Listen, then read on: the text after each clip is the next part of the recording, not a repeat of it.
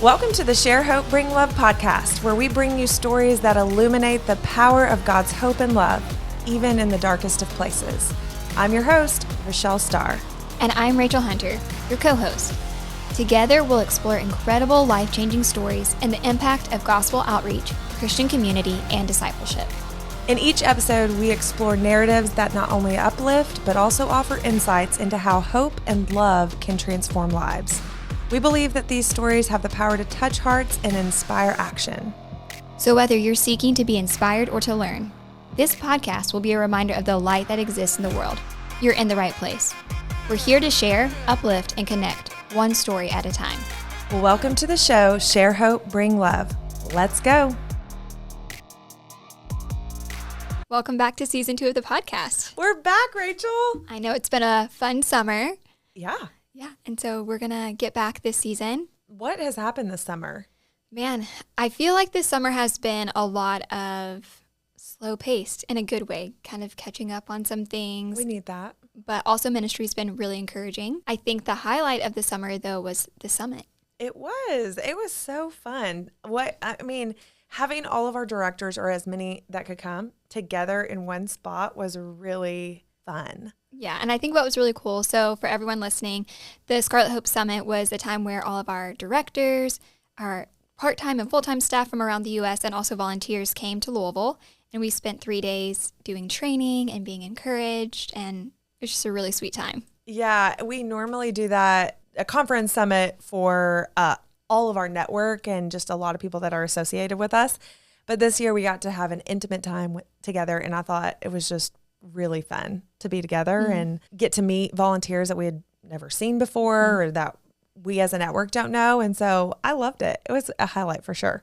It was fun. And I think even sitting around a table with people that you've never met before, but there's a cool connection of like, we do the same thing. Yeah. And that's not super common. Yeah. I mean, that's a common thread that binds us all together, you know? And I think we're all on mission together because we're one team, one voice, one mission, serving one God, one woman at a time.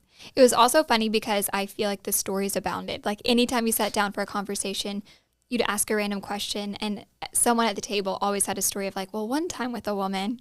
And I was like, we need to have a microphone here for everyone to share, what's going on in their city. That's true. Speaking of one woman, we had a recent situation that really was an amazing opportunity to really just continue to care for somebody really well. Really quickly, we met this woman in the clubs here in Louisville probably 5 to 6 years ago, and she's had a really rough life. Nobody that's really cared for her, loved her well, definitely not with the gospel and the hope of Jesus.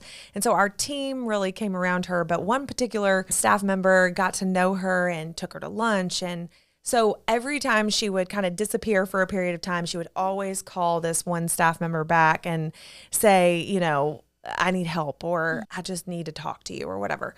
But fast forward all these years till this summer, our team was able to really identify that she has been a human trafficking victim and that she was ready for long-term care and to get the help that she needed. So just this week, Rachel, we were able to fly her to with the assistance of some network partners that we have, all the way to a program where she's going to receive long-term care with one of our partners in Texas. So we could not be more excited about that. Yeah. And I think it's a great picture of like the full model. We met her in the clubs doing outreach, and it's actually in a club that we were out of for years. And so even when we were in the club, there was still community with her outside of the club and friendship and picnics and all the fun things of getting to know her, receiving resources from us, but also partnerships of just why it's so vital that we have people not just in Louisville or just in Dallas or one of our cities, but all over the U.S. where we can connect women to get the services they need. Yeah, because Scarlet Hope doesn't do all of the pieces of the puzzle. It's impossible to provide all of that for the women that have been exploited and trafficked. And so having good partners is part of our season, this upcoming season, just to be able to share and highlight different aspects of care for women in the industry and how we as a ministry find those partners. And yeah, I just got off a podcast that we're going to be sharing with you all with the Refuge for Women. It was super exciting to talk to Deanna and learn all about that. And it's imperative that we have a holistic gospel-centered picture of caring for people in the industry. Yeah, I think I'm excited as we were like making a list of people that we wanted to bring on to talk with us. Just walking with a woman, whether she's impacted by unexpected pregnancy or trauma or trafficking or needs a residential program, just so many different aspects that we can't do. And realizing, like, I know we have partners, but then making the list of like, who could we invite in? Just so many people came to mind of people who've been partners for years. I think of one person in particular that you've known for probably a decade and have worked in similar ministries, and we've partnered in cities across the U.S. together.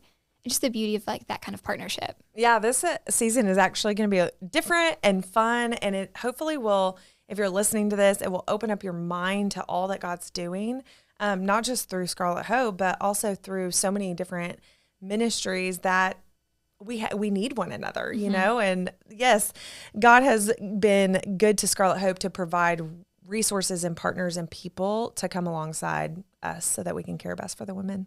When you think of your own journey with Scarlet Hope over the past 15 plus years, when was it that you realized like I need partnerships? And maybe what are these like partnerships? How can they look? What's a healthy partnership look like? Whether you want to give like a specific example or a story. Well, I think the very first thing when I thought of that was partnership with the local church. I mean, you know, I never intended to start a nonprofit organization. There were not an organization on every corner working with exploited people. So all I knew at the beginning was like, we have to partner with the local church because Jesus is the answer, but also I can't do this by myself. And so that would be, I think, the first official partners. But then as women, we started understanding their stories, many homeless, many drug addicted, many women moving from city to city and all of that. It became very apparent that in order to care for them well, we needed partners across a multitude of needs. And so we started identifying like housing partners, but back in 2008, 2009, there really weren't any. And so that's even some of those solutions that we've created ourselves along the way lasted for a period of time until God brought a different resource available. So, I mean, partnerships, I think it's a lot like in the word that God talks about the body and we all play different parts. I think one of the things that God's design for ministry and for care for the vulnerable is to have the full body working together. And I think even if you're someone who's serving women in your community, not a part of a ministry or a bigger organization, this is a good exhortation too, to not feel self-conscious if there's a need that a woman has that you can't meet, or maybe like you meet a woman and you're walking with her, but there's someone else who could walk with her better in the long term, trusting the Lord and saying like he brought that body together to surround her. Because I think it brings so much like peace and freedom for me personally, but also for us organizationally to be able to say, I don't have to meet every need that this person has. Only Jesus can, but he can also equip different people than just Scarlet Hope. Yeah. Well, that goes back to even the woman that I just told you shared the story about for this summer is like, we were able to take her to a particular point in community and relationship.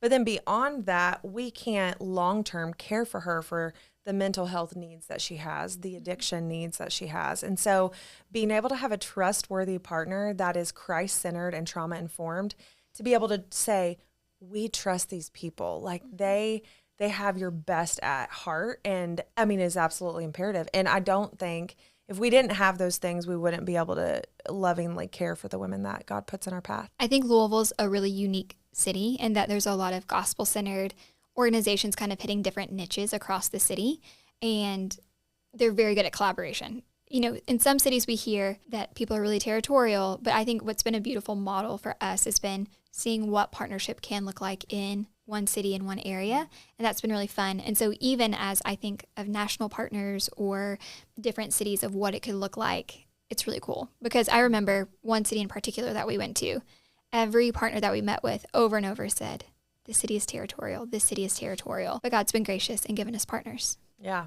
And we have a lot of good partners that we're going to be bringing to this season. Yes. And sharing with you guys all the good things that God's doing. Well, also this summer, I mentioned it earlier, but there's been a ton of gospel opportunities. I think the harvest has just been really ripe right now. And so I didn't know if there was a particular woman that you've kind of been interacting with the past few months that would be encouraging to share. Yeah, I mean, I have known one of the dancers from the club that I spend the most time at for a couple of years, and she even got baptized about a year and a half ago. But from going from dancing in the clubs to wanting to give her life to the Lord to being baptized, I recognized right away there was this conflict in her that she's now a believer. She has the Holy Spirit, but yet her profession hadn't changed. And so over the last like 6-ish months, I've been walking alongside her in more of a discipleship relationship. And we've just been looking at like, what does it mean to actually follow Jesus? What does it mean to actually surrender my job, my profession, and these things?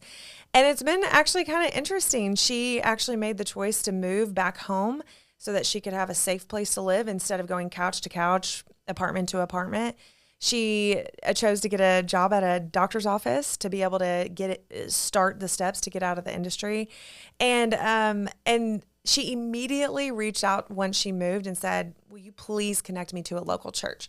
So I was able to connect her to a local church in that city and a local person that I knew to continue walking and building her family of believers around her. And so it's just been a really cool opportunity to disciple someone that, like I said, was in the industry I've known for a long time, lived that lifestyle, but has chosen to follow Jesus. And now she's trying to live that out. So it's been really encouraging this summer. One woman particularly that stood out to me was probably a month and a half ago. I was at a club I typically don't get to go to, so there wasn't as much relationship value there. But there had been some women coming consistently to this club. And so when I walked in, I was, taking dinner to the women, and I had made myself a plate of food, as I often do, and I was like propped up eating with them. And one of the women said, you know what I like about you guys? And I said, what? And she said, you're not trying to change me. You are really trying to be my friend. And I thought that was amazing. But then I kind of, continued the conversation, and she asked why we came. And so I got to share with her really why we do what we do very clearly, which always leads to the gospel. So I shared the gospel. And then afterwards, as we were leaving, I said, hey, is there any way I can pray for you? And a few women were sitting together, and they piped up. And sometimes the prayer requests we get are interesting or maybe different or conflicting. Like there's so many things of like, we have these God-given needs and desires, but sometimes the prayer request is to have it met in a different way. And so one of the women said, I want you to pray for a fulfilled life for me. And the other one said, I want divine guidance. And so I kind of stopped and I was able to ask them, what do you believe spiritually? Like, what is your view of spirituality? And neither of them were Christians. Neither of them knew much about Christianity. And I said, well, as Christians, we believe the Bible. And both of those things are actually in the Bible. Can I tell you about what God offers in the Bible? And able to spend time sharing with them those things and then praying with them in person was just a really beautiful thing where, I want to make money or whatever it may be, but it's like a very specific, like I need divine guidance and being like, well, I know the God who knows your whole plan and he has a great plan for you. And this is where you can find that guidance. Was a really sweet moment. I love that. I love when God gives us those opportunities to do that because we get to display Jesus right there in the darkness in the strip club, and people watch that and they may not be interested in it, but I know that probably was extremely impactful for those women, but also for the people around. One other story that came up this summer. So there's 2 volunteers who served in one of the clubs in Louisville for years. And this woman that they met was very anti-gospel. She was, I think, Wiccan, just following some crazy, intense spiritual beliefs and would have like chant against them, like incantations and things like that. And they prayed for her. She left the club. And then these 2 volunteers actually moved on. One of those volunteers lives in another state now. And recently they got a text from her and they were like, I'm so glad I found your number. And it was a picture of her in front of a church sign. And a couple years ago, she became a believer, is walking with the Lord, and wanted to find the church ladies who shared the gospel with her for the first time. I love that. Praise God. That's so cool. It's so cool. We get literally to do the coolest job. We really do. And I'm excited to share more the rest of this season. Yeah, this season's going to be awesome. So stay tuned. As we come to the end of today's episode, we hope you've been deeply inspired by the stories we shared. Our mission is to spread the hope and love of Jesus with women in the adult entertainment industry. If you feel inspired to join the movement and make a difference, we invite you to visit our website at scarlethope.org. Follow us on social media at The Scarlet Hope for updates, or consider joining a local team in your own community. Together, we can make a world of difference, sharing hope and bringing love to those who need it most. Thank you for listening, and we look forward to having you on our next episode.